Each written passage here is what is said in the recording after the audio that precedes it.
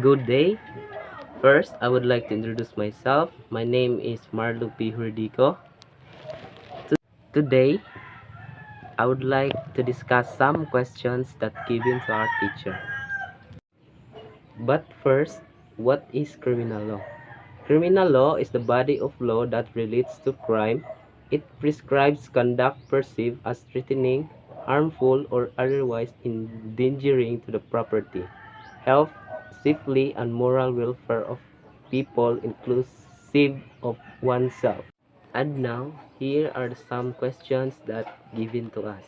First, thoroughly discuss Article 3 and 4. Article 3 of the Philippines Constitution is Bill of Rights. It establishes the relationship of individual to the state and defines the rights of the individual by limiting the lawful powers of the state. It is one of the most important political achievements of the Philippines. And Article 4 of the 1987 Constitution discusses citizenship. Citizenship refers to the membership of a person to a democratic state which bestows upon him or her full civil and political rights, and the corresponding duty to support and maintain allegiance to the state. And the second is differentiate consummated, frustrated, and attempted felonies. Felony is consummated when all the elements necessary of its execution and accomplishments are present. It is frustrated when the offender performs all the acts of execution which would produce the felony as the consequence, but which nevertheless do not produce it by reason of causes independent of the will of the perpetrator. The third, thoroughly discuss justifying, accepting, mitigating, and aggravating circumstances.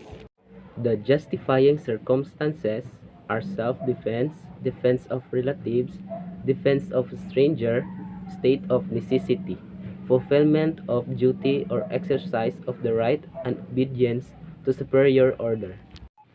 The exempting circumstances is a crime committed but no criminal liability arises.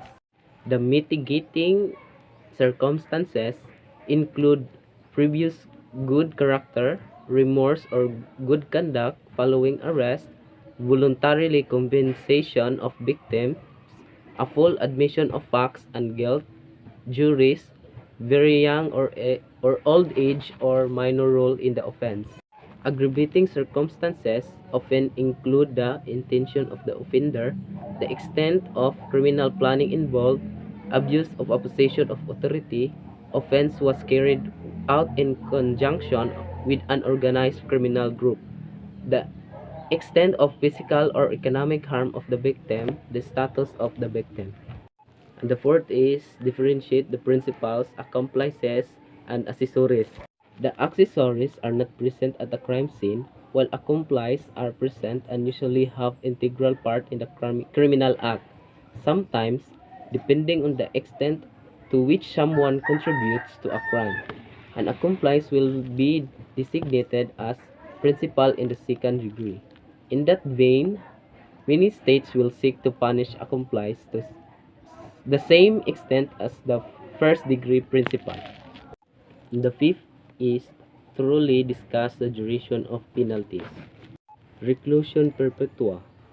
Any person sentenced to any of the perpetual penalties shall be pardoned after undergoing the penalty for 30 years, unless such person by reason of his conduct or some other serious cause shall be considered by the chief executive as unworthy of pardon. Reclusion temporal. The penalty of reclusion temporal shall be from 12 years and 1 day to 20 years. Prison mayor.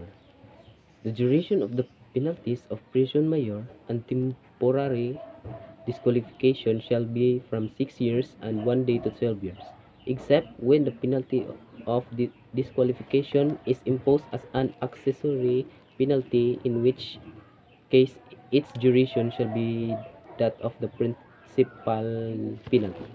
Pardons forgive the defendant for the crime, while commutation only reduces the sentence. Amnesty is granted to classes of persons or communities who may be guilty of political offenses. And the sixth is differentiate the following: pardon, amnesty, commutation of sentence. And the seventh, discuss recidivism, habitual delinquency, and quasi-recidivism, and its effect to the imposition of penalty.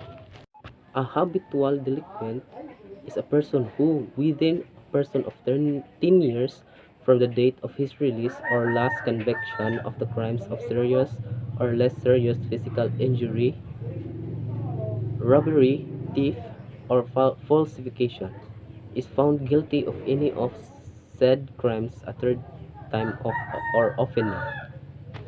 Quasi-recidivist is a person who shall commit a felony after having been convicted by final judgment for another crime before beginning the service of such sentence or while serving the same.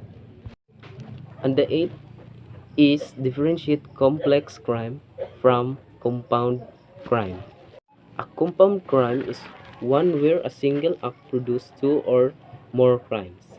A- And a complex crime, strictly speaking, is one where the offender has to commit an offense as a means for the commission of another offense. It is said that the offense is committed as a necessary means to commit the other offense. Discuss the extension of criminal liability under Article 89.